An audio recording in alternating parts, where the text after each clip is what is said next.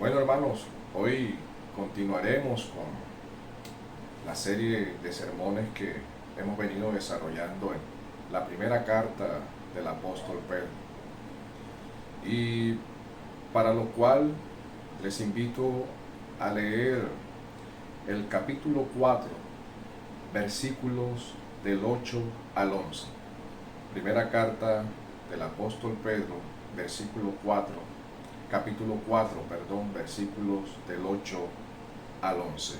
Dice las escrituras de la siguiente manera: y ante todo, tened entre vosotros ferviente amor, porque el amor cubrirá multitud de pecados.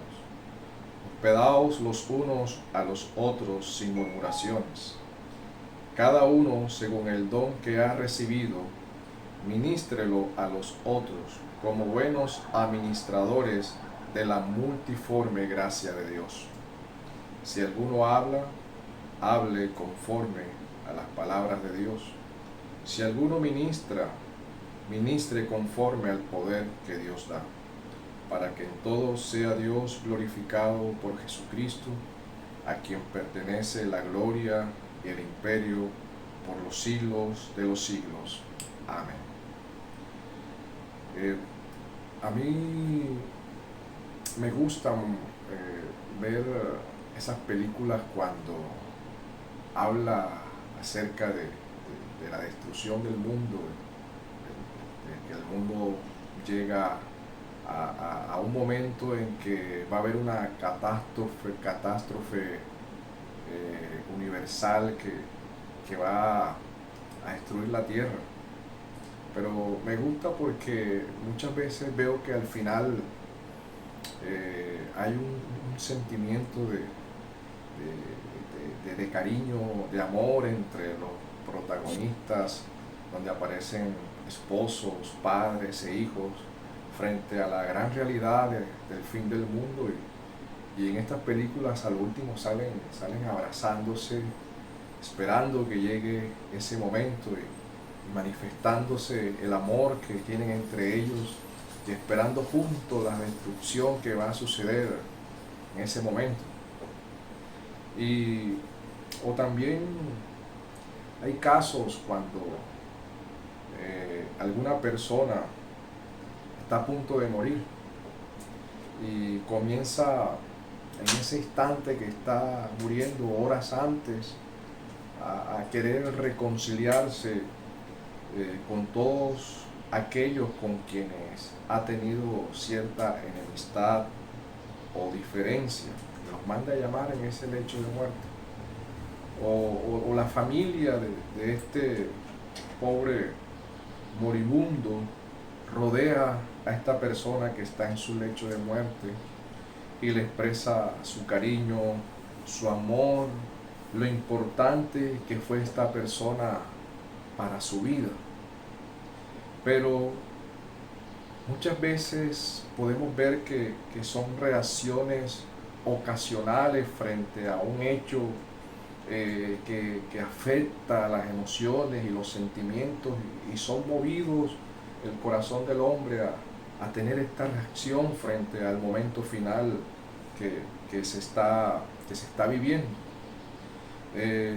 No son comportamientos o vivencias constantes que se dan entre la familia o entre los amigos, sino que muchas veces solamente se expresan o pueden darlo a conocer en el lecho de muerte de una persona, o la persona puede darlo a transmitir a los que lo están rodeando en el momento que está muriendo, pero durante el transcurrir de sus vidas no fue así.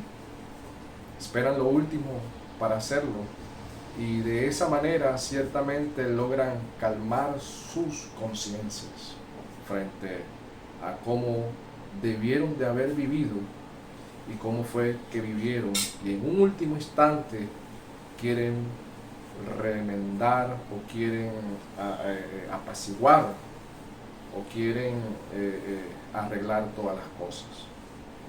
Pero ¿será que un creyente ha de amar o de expresar su amor solo de palabras en un momento determinado, o anticipadamente mostrar con hechos u obras ese amor a su prójimo o por sus hermanos mientras llega el fin de todas las cosas. ¿Cuál debe ser la reacción del creyente?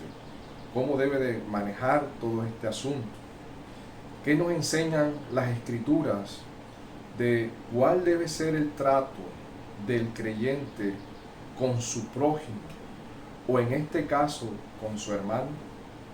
Miremos lo que el apóstol Pedro dice en el versículo 8.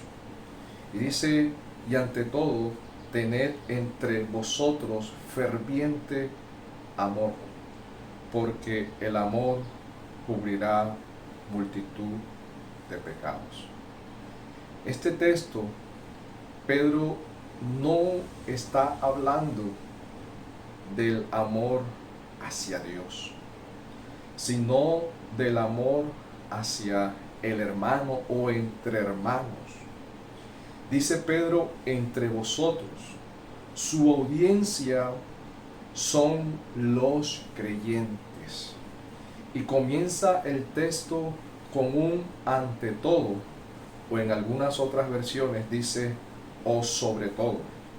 Esto no significa que tenga que poner el amor por encima de la oración o de la sobriedad que ha venido hablando el apóstol Pedro en el versículo 7, sino que este ante todo o sobre todo sirve para mostrar que va a haber un cambio en el tema de lo que Pedro viene hablando, y que ese tema une los versículos del 8 al 11, y eso es el amor, pero un amor hacia otros creyentes, un amor de los unos por los otros, y sobre todo la importancia que tenía este tema del amor bajo las circunstancias que estaban atravesando estos hermanos a los que Pedro les está escribiendo, circunstancias de sufrimiento, de padecimiento, de persecuciones. Pedro sabe lo importante que es este tema. Él mismo escuchó de los labios de nuestro Señor Jesucristo esta gran enseñanza. Un mandamiento nuevo os doy, que os améis unos a otros como yo os he amado, que también os améis unos a otros. En esto conocerán todos que son mis discípulos, si tuviereis amor los unos por los otros. Este es mi mandamiento, que os he mandado, que os améis unos a otros, como yo os he amado. Nadie tiene mayor amor que este, que uno ponga su vida por sus amigos. Esto os mando, que os améis unos a otros. ¿Y cómo debe ser ese amor? Temporal, ocasional, cambiante o sujeto a las circunstancias. En el texto, Pedro responde las anteriores preguntas con el uso de la palabra fervientes, para enseñarnos de cómo debe ser la intensidad y determinación de ese amor. La palabra ferviente es un término griego cuya idea es estirar al máximo. Un comentarista lo describe como no aflojar o reducir el amor, sino mantenerlo en todo su vigor. Y esto suele pasar en muchas iglesias locales.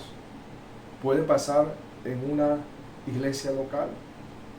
El amor se afloja, puede, puede perder su vigor en una iglesia local. El testimonio de las Escrituras con relación a este tema es contundente. El Señor le dice a la iglesia de Éfeso: yo conozco tus obras y tu arduo trabajo y paciencia, que no puedes soportar a los malos, y has probado a los que dicen ser apóstoles y no lo son, y los has hallado mentirosos. Y has sufrido y has tenido paciencia y has trabajado arduamente por amor de mi nombre, y no has desmayado. Pero tengo contra ti que has dejado tu primer amor. Pedro conocía bien esta verdad. Él escuchó de los labios del Maestro que en el fin de los tiempos, en el final del transcurrir de esta tierra hasta la culminación final, ya en sus últimos instantes de respirar este mundo, dice Pedro dice las Escrituras que el amor de muchos se enfriaría. Y Pedro no quiere que bajo las circunstancias que están atravesando estos hermanos a los que él les escribe, que son circunstancias de sufrimiento, de padecimiento, de aflicciones, de persecuciones, no quiere que el amor entre estos hermanos se enfríe. No quiere que el amor se afloje, pierda su vigor. Pero ¿por qué ese amor debe ser ferviente?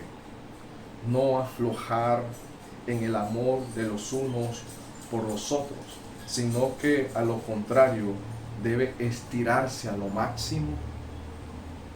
La respuesta es que eso los ayudaría a mantener el cuidado de los unos por los otros, a mantener la paz, la unidad, a perdonarse las ofensas entre hermanos de forma sincera. Dice el texto que porque el amor cubrirá multitud de pecados.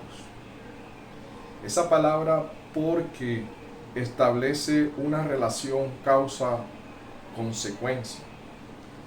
La consecuencia es que el amor cubrirá multitud de pecados. Eso es lo que va a hacer el amor, esa es la consecuencia del amor. Cubrirá multitud de pecados. Y eso ¿qué significa? ¿Qué quiere decir ese pasaje? Pedro está citando un proverbio que dice que el odio despierta rencillas, pero el amor cubrirá todas las faltas. Proverbio 10:12. El significado de este texto es que el amor hace que olvide las ofensas que nos han hecho. Eso hace el amor. Un ejemplo es lo que Pablo le escribe a los Corintios de sufrir el agravio, de sufrir el ser defraudado por un hermano. Súfrelo. Y él les escribe y les dice: así que, por cierto, es ya una falta entre vosotros que tengáis pleitos entre vosotros mismos. ¿Por qué no sufrís más bien el agravio? ¿Por qué no sufrís más bien el ser defraudado? Súfrelo. Eso hace el amor, lo cubre. Miremos el ejemplo de nuestro Señor Jesucristo, el cual nos amó y nos ama, de tal manera que nosotros, siendo malos, pecadores, ofensores de su gloria, quebrantadores de su santa ley, su amor, su sangre cubrió nuestros pecados para que nunca más salgan en memoria y traerlos a juicio. Nosotros debemos aplicar ese mismo principio. Me gusta mucho cómo lo dice un comentarista con relación a este pasaje. Él dice, nuestro amor cubre, es decir, pasa por alto, hace olvidar los pecados de los demás. Ese es el sentido de cubrir con relación al Antiguo Testamento, para expiar nuestros pecados con la sangre del Cordero. Cubrir, no volver a acordarse más de ellos, olvidarlos. Y ese es el sentido de Pedro, sentido profundo que muchas veces nos cuesta aceptar. Si Dios lo hizo con nosotros, de cubrir nuestros pecados, de pasarlos por alto, de olvidarlos, de no traerlos a juicio, ¿por qué no aplicamos nosotros lo mismo a nuestros hermanos? Pedro está llevando a estos creyentes a un terreno muy importante, donde el amor de ellos sería sometido a prueba, donde debía ser mostrado, practicado, dejar ver el amor los unos por los otros, no por medio de palabras simplemente, sino por medio de actos, por medio de obras, que su fe fuese vista por sus obras. Los judíos conocían el amor de Dios por medio de las obras que Dios hacía a través de ellos. Y en esto consiste el amor, en que Dios entregó, el amor entregó, Dios entregó a su Hijo en propiciación por nuestros pecados. Y eso hace el amor. El amor es visible por medio de obras, de pruebas, de manifestaciones hacia el otro. Y Pedro está llevando a estos hermanos a un terreno donde el amor de ellos va a ser sometido a prueba, donde tienen que mostrar ese amor en sus corazones. ¿Y cómo ha de mostrarse ese amor? ¿Hay alguna forma de medir el amor? La respuesta es sí, con lo que hemos dicho anteriormente. Sí hay una forma de medirlo. Y en el contexto cultural e histórico de esta carta, la forma de demostrar ese amor era de acuerdo a la hospitalidad que debían tener por los hermanos, la hospitalidad que debían de tener los hermanos de los unos por los otros. El versículo 9 dice, hospedaos los unos a los otros sin murmuraciones. Sed hospitalarios los unos con los otros, sin quejarse. Una de las demostraciones de amor a los cristianos que viajaban en esa época, que no eran miembros de esas iglesias locales, era el hospedaje. Algunos comentarios hablan de que los lugares para hospedarse durante esa época no eran los mejores. La reputación de estos lugares públicos no era la mejor en medio de una cultura paganizada, era mala. Y sobre todo se podía inferir que podían también llegar hermanos misioneros que provenían de algún otro lugar y llegaban a estas provincias romanas a compartirles, a hablarles del Señor.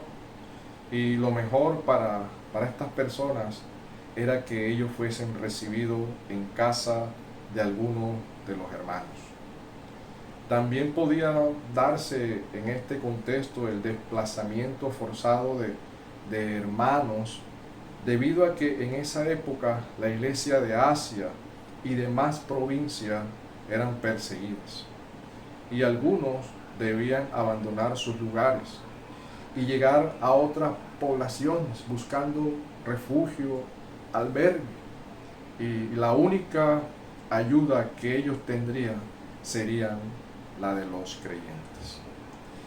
Y esa hospitalidad consistía en ofrecer alojamiento y comida a los cristianos que viajaban y llegaban hasta allá. Y esto era en un máximo de 3 o 4 días. Después de esto se esperaba que el huésped se marchara o que consiguiera un trabajo para autoabastecerse. Muchas veces este acto de amor hacia otros hermanos era muy costoso, pues muchos cristianos que la practicaban tenían lo justo para vivir, tenían lo justo para estar allí, tenían lo justo para alimentarse ellos mismos. Y por eso les dice Pedro, sin murmuración, sin quejarse. Pedro anima a los hermanos a que realicen este acto con un amor que esté por encima de todos estos asuntos. El practicar la hospitalidad es un acto de sacrificio. Puede ser molesto y a veces decepcionante, pero las escrituras nos enseñan que hay que realizarlo con un corazón alegre, sin quejarnos, sin murmurar.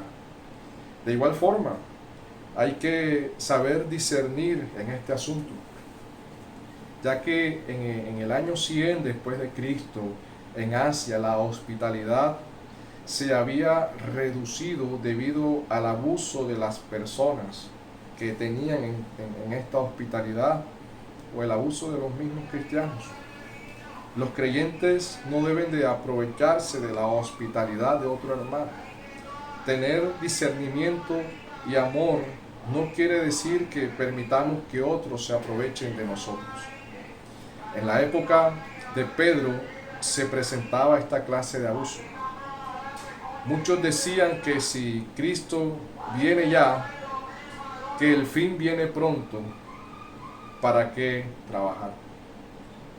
Pablo deja ver este problema cuando escribe a los de Tesalónica, porque oímos que algunos de entre vosotros andan desordenadamente, no trabajando en nada, sino entrometiéndose en lo ajeno.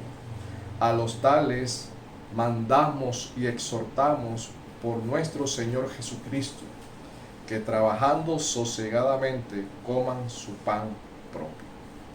Y habían hermanos que no trabajaban, pero abusaban de la hospitalidad de otros hermanos.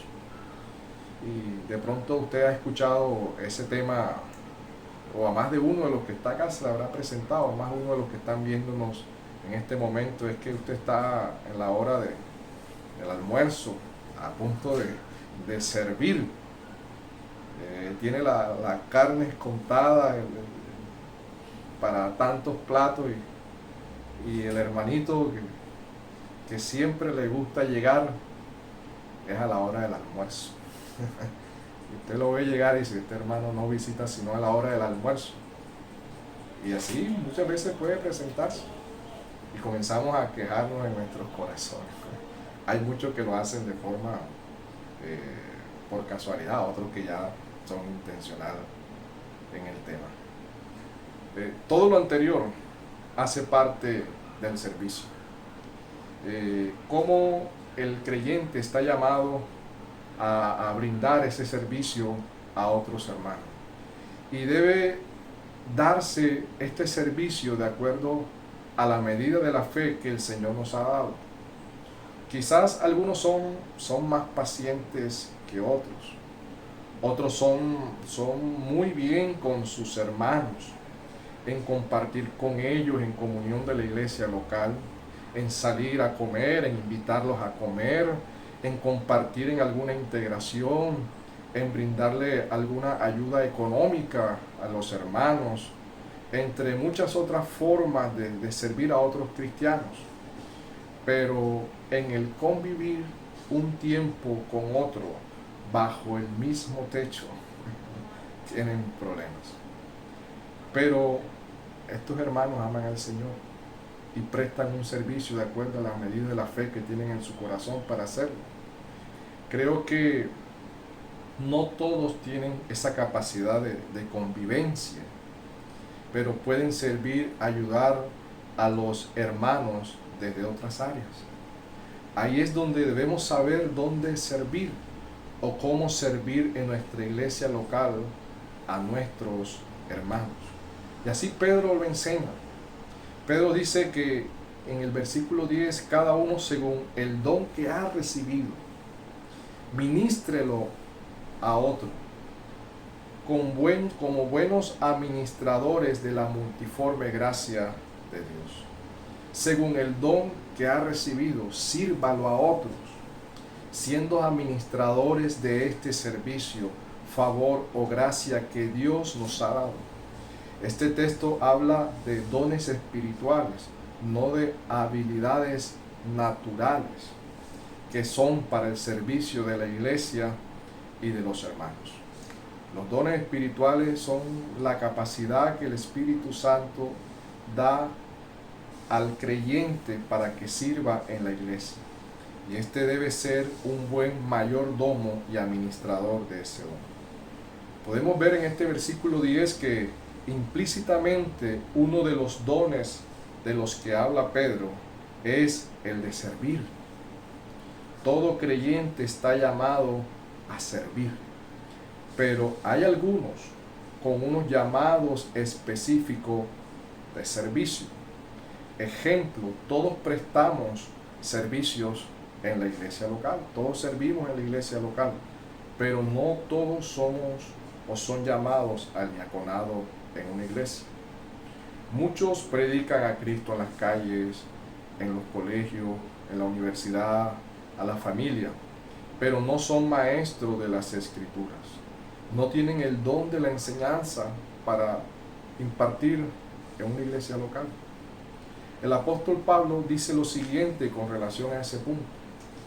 Digo pues, por la gracia que me es dada, a cada cual que está a la gracia que me es dada, a cada cual que está entre vosotros, que no tengáis más alto concepto de sí mismo que el que se debe tener, sino que piense de sí con cordura, conforme a la medida de fe que Dios repartió a cada uno, porque de la manera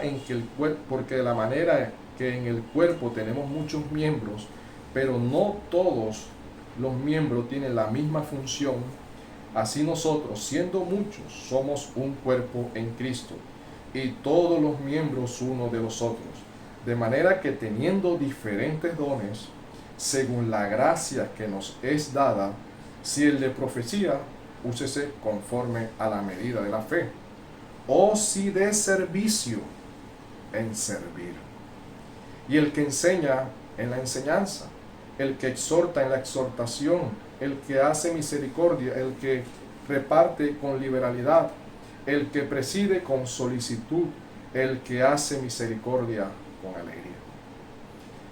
De igual manera, Pedro nos deja ver en el versículo 11 que uno de esos dones es el de hablar, el don de la palabra, de la glosalalia, que apunta hacia profecía, evangelización o predicación. Pedro no se está refiriendo a simples conversaciones entre creyentes, sino que el requisito es que el que hable conforme a la palabra de Dios. Esta exhortación se las hace Pedro a estos hermanos. Esta expresión hace referencia a las palabras de Dios, a las palabras que Dios habla. Hechos 7:38, Esteban en ese momento del martirio, antes de ir a morir, a ser apedreado, él dice que este es aquel Moisés que estuvo en la congregación en el desierto con el ángel que le hablaba en el monte Sinaí y con nuestros padres, que recibió palabras de vida para darnos. Cuando hablamos las palabras de Dios, cuando administramos conforme al poder de Dios, entendiendo que el servicio es para Él, que la adoración es para Él, cuando entendemos que Dios es glorificado por la obra de nuestro Señor Jesucristo, cuando entendemos que debemos vivir el resto de la vida que nos queda sobre esta tierra para Cristo, amándole con todas nuestras fuerzas, amándole por encima de cualquier circunstancia, amándole por encima de todo, cuando entendemos que amar al hermano es amar a nuestro Señor Jesús, cuando entendemos que para nosotros el vivir es Jesús, que nuestra vida es Jesús, que nuestra existencia es Jesús, que nuestro respirar es Jesús, que nuestros corazones es Jesús, entonces nuestros corazones entonarán una hermosa doxología desde lo profundo de nuestra alma. Al final del tiempo o al final de nuestra existencia sobre esta tierra, entonaremos una hermosa doxología al Señor. Y esa doxología será: a quien pertenece la gloria y el imperio por los siglos de los siglos. Amén. El Señor les bendiga, amados hermanos.